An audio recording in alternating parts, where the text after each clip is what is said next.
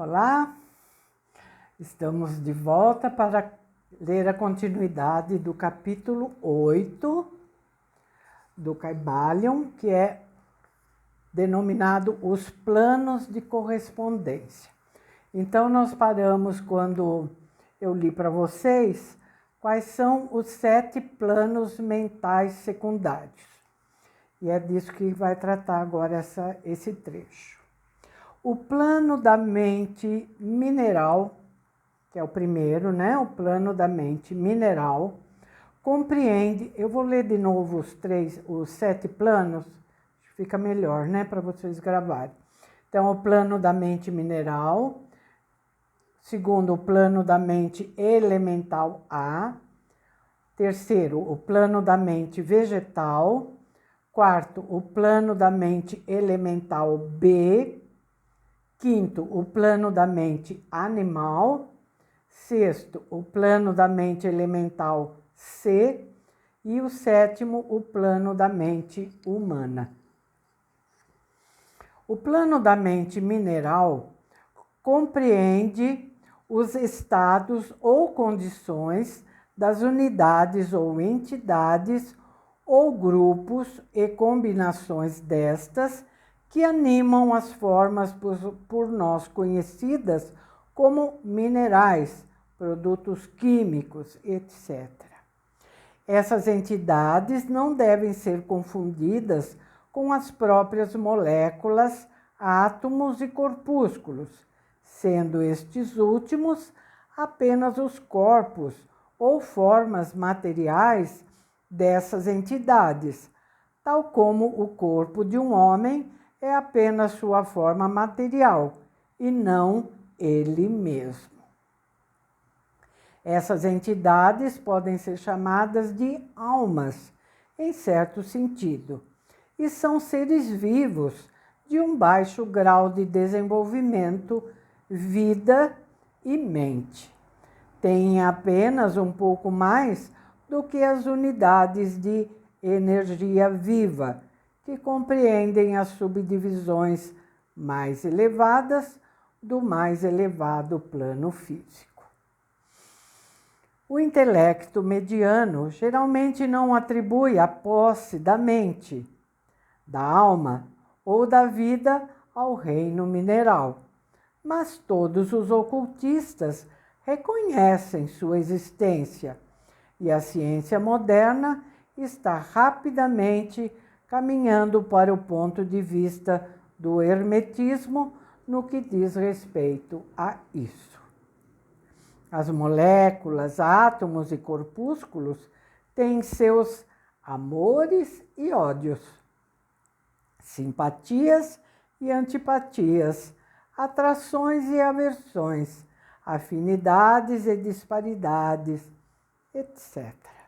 E algumas das mais ousadas mentes científicas modernas têm expressado a opinião de que o desejo e a vontade, as emoções e os sentimentos dos átomos diferem somente em grau daqueles dos seres humanos.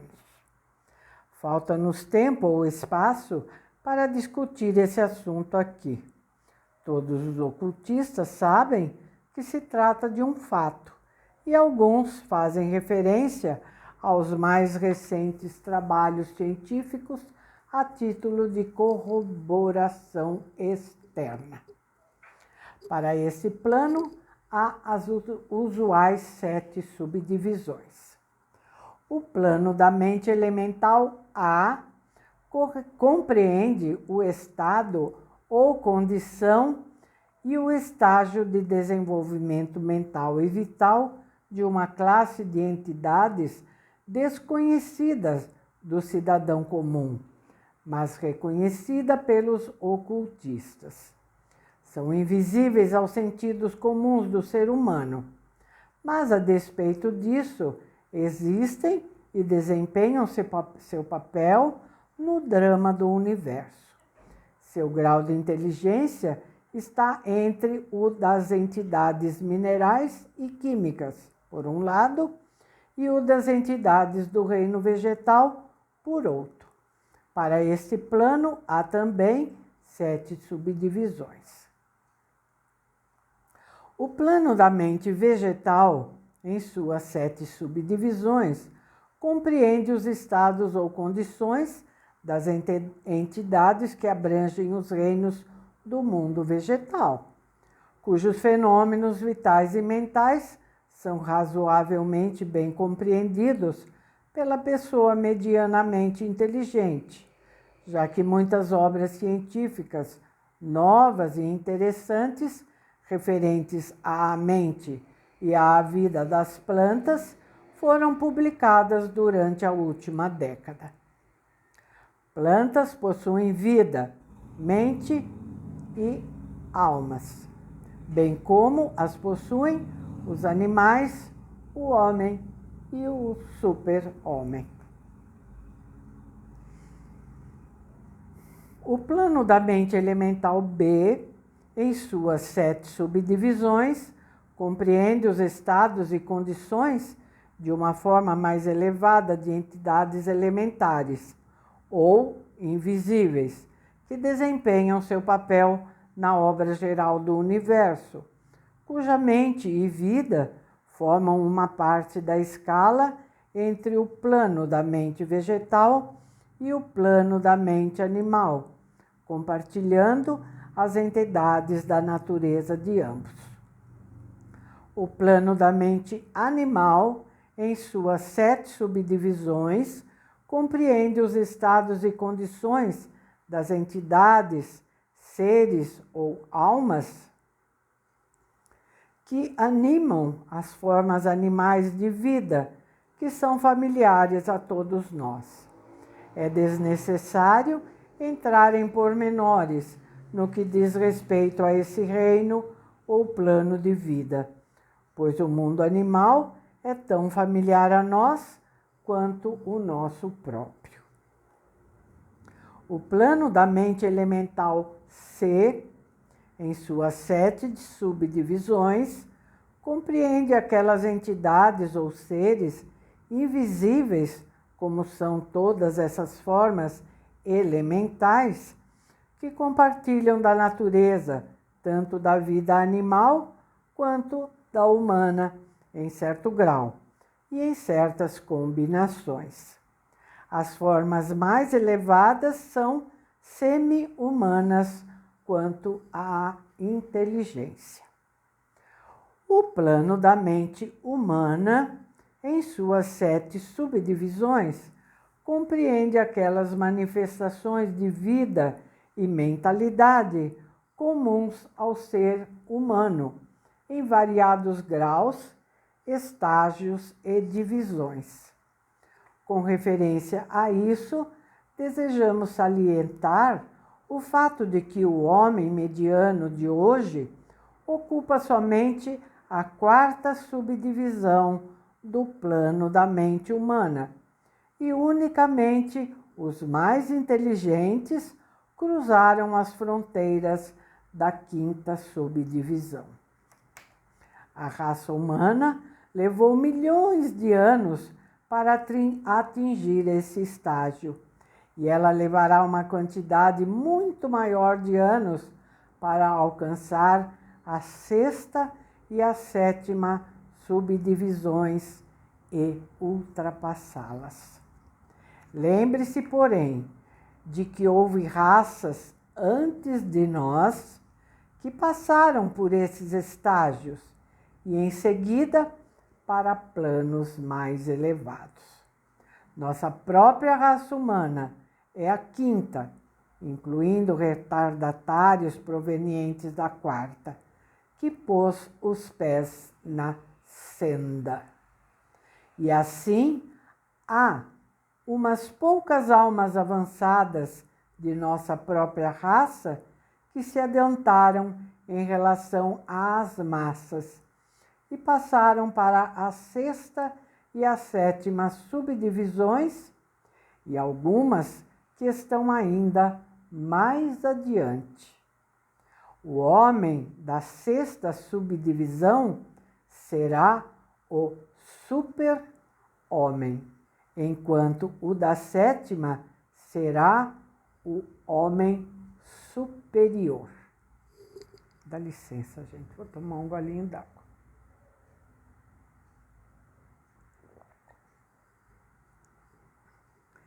Em nosso exame dos 7 planos mentais secundários, limitamo-nos a nos referir aos 3 planos elementares, de maneira geral.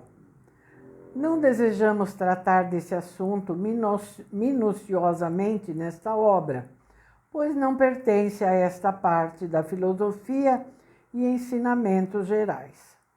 Mas podemos dizer o seguinte, com o intuito de proporcionar a você uma ideia um pouco mais clara das relações desses planos com os mais familiares.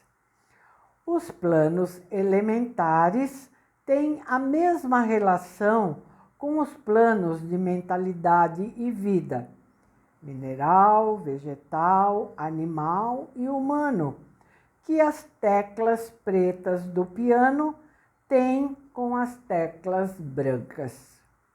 As teclas brancas bastam para produzir música, mas há certas escalas, melodias e harmonias nas quais as teclas pretas desempenham seu papel e nas quais sua presença é necessária.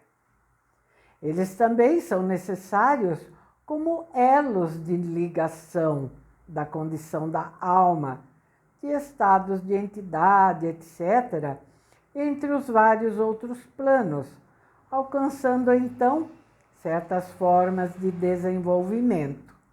Este último fato oferece ao leitor capaz de ler nas entrelinhas uma nova luz sobre os processos de evolução e uma nova chave para a porta secreta dos saltos da vida entre um reino e outro.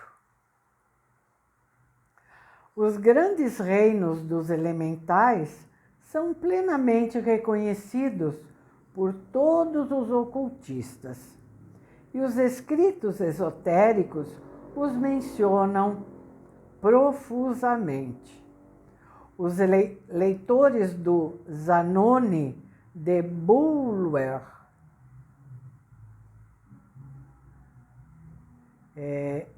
Edward George Earle Bulwer Lytton, escritor e ocultista inglês do século XIX. Então, os leitores do Zanoni de Bulwer e de narrativas similares reconhecerão as entidades que habitam esses planos de vida.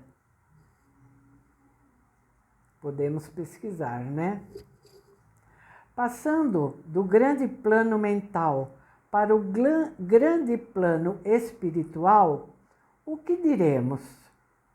Como explicarmos esses estados mais elevados do ser, da vida e da mente, a mentes ainda incapazes de apreender e compreender subdivisões superiores do plano da mente humana? Essa tarefa é impossível.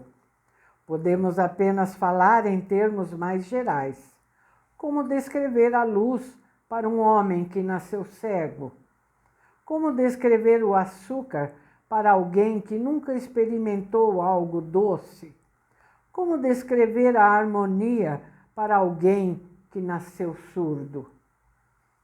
Tudo o que podemos dizer é que os 7 planos secundários do grande plano espiritual, cada plano secundário tendo suas 7 subdivisões, compreendem seres detentores de vida, mente e forma tão acima daquelas do ser humano atual, quanto esse está acima da minhoca, do mineral, ou mesmo de certas formas de energia ou matéria.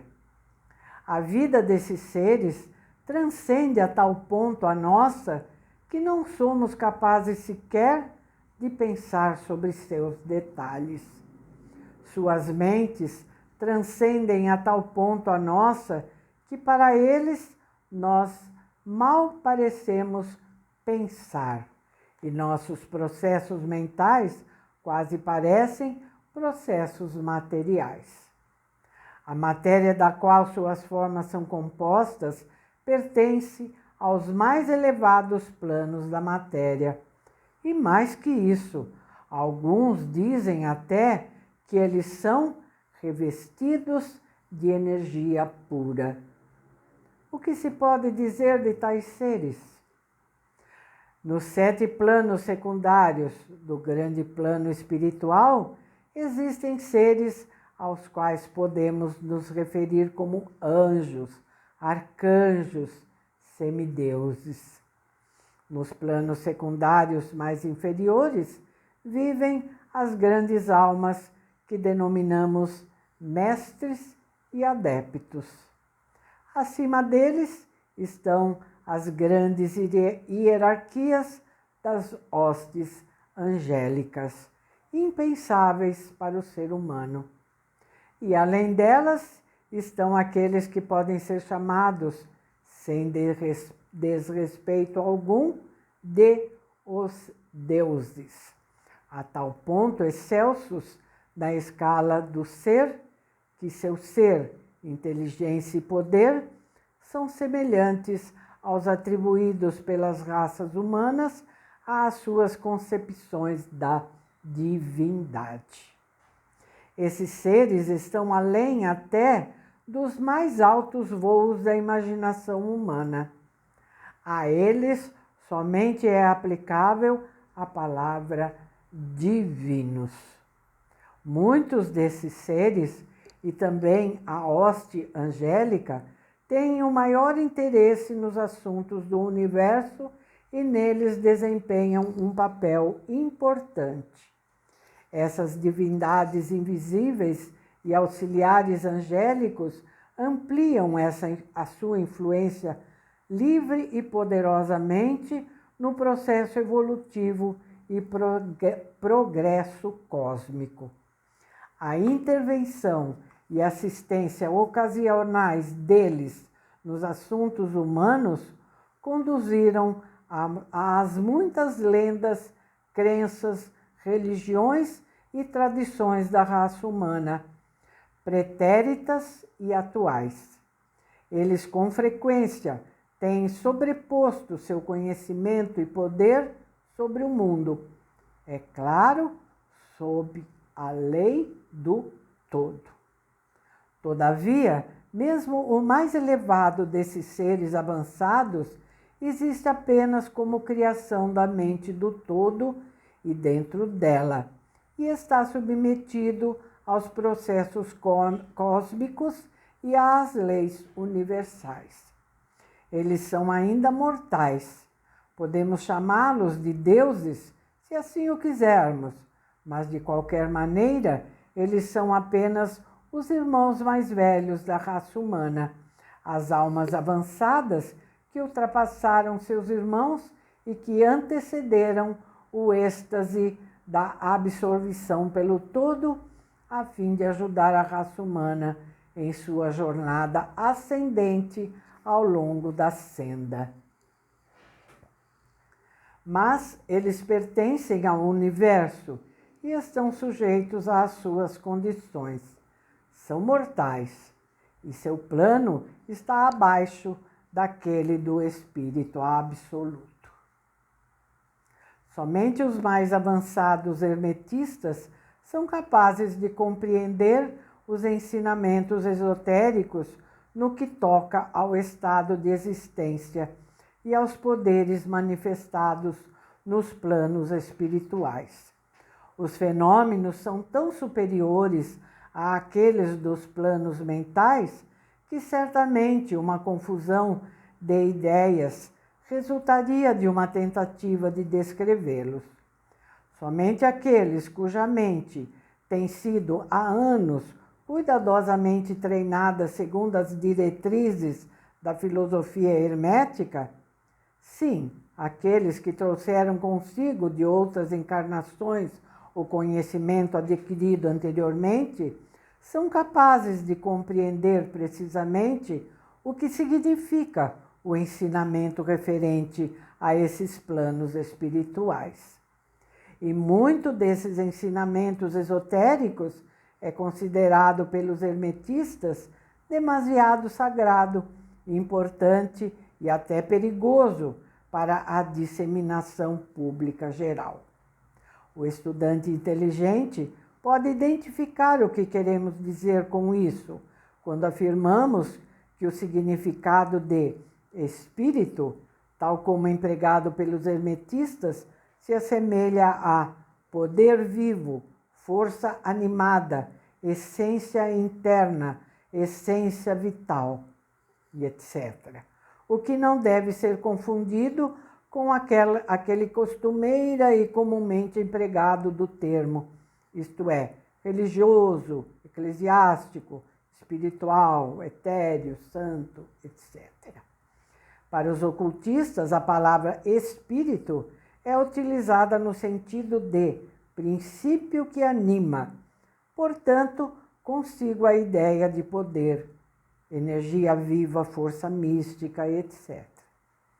E os ocultistas sabem que aquilo que é por eles conhecido como poder espiritual pode ser empregado com finalidade tanto más como boas, de acordo com o princípio da polaridade.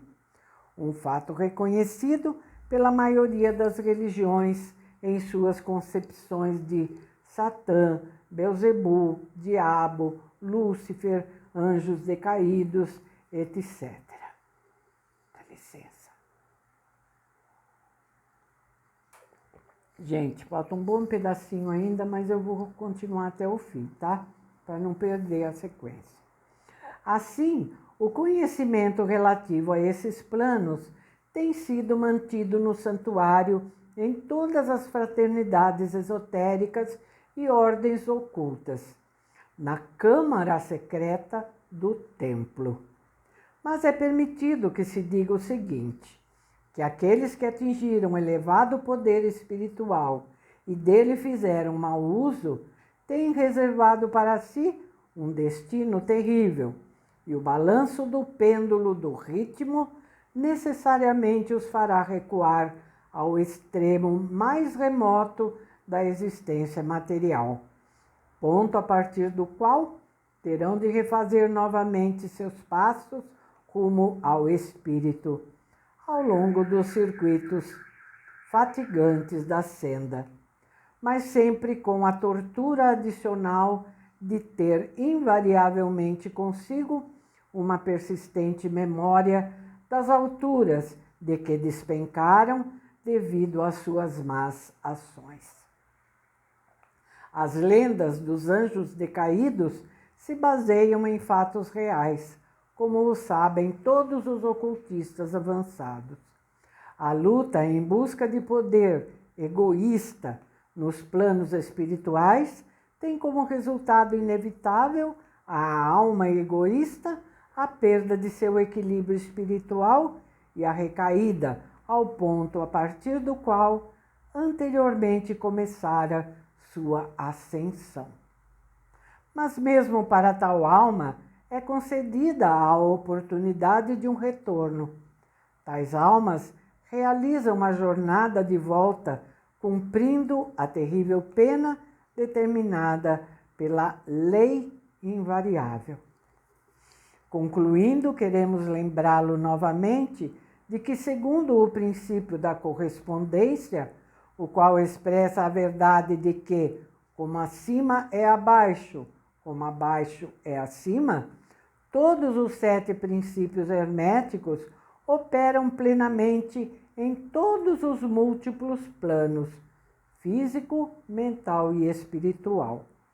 O princípio da substância mental aplica-se de certo a todos os planos, pois todos estão contidos na mente do todo. O princípio da correspondência manifesta-se também em todos, uma vez que há uma correspondência harmonia e acordo entre os diversos planos. O princípio da vibração manifesta-se em todos os planos. Aliás, as próprias diferenças é que fazem os planos surgir a partir da vibração, como explicamos. O princípio da polaridade manifesta-se em cada plano, sendo os extremos dos polos aparentemente opostos e contraditórios. O princípio do ritmo manifesta em cada plano, tendo o movimento dos fenômenos seu fluxo e refluxo, subida e descida, entrada e saída. O princípio de causa e efeito manifesta-se em cada plano, todo efeito tendo sua causa e toda causa tendo seu efeito. O princípio do gênero manifesta-se em cada plano, estando a energia criativa sempre manifesta e operando de acordo com os aspectos masculino e feminino. Como acima é abaixo, como abaixo é acima. Esse velho axioma hermético que atravessa os séculos expressa um dos grandes princípios dos fenômenos universais. À medida que prosseguirmos com o nosso exame dos princípios restantes, veremos ainda com maior clareza a verdade da natureza universal deste grande princípio da correspondência. E assim terminamos o capítulo 8, tá bom? Muito obrigada pela companhia, tá? Até!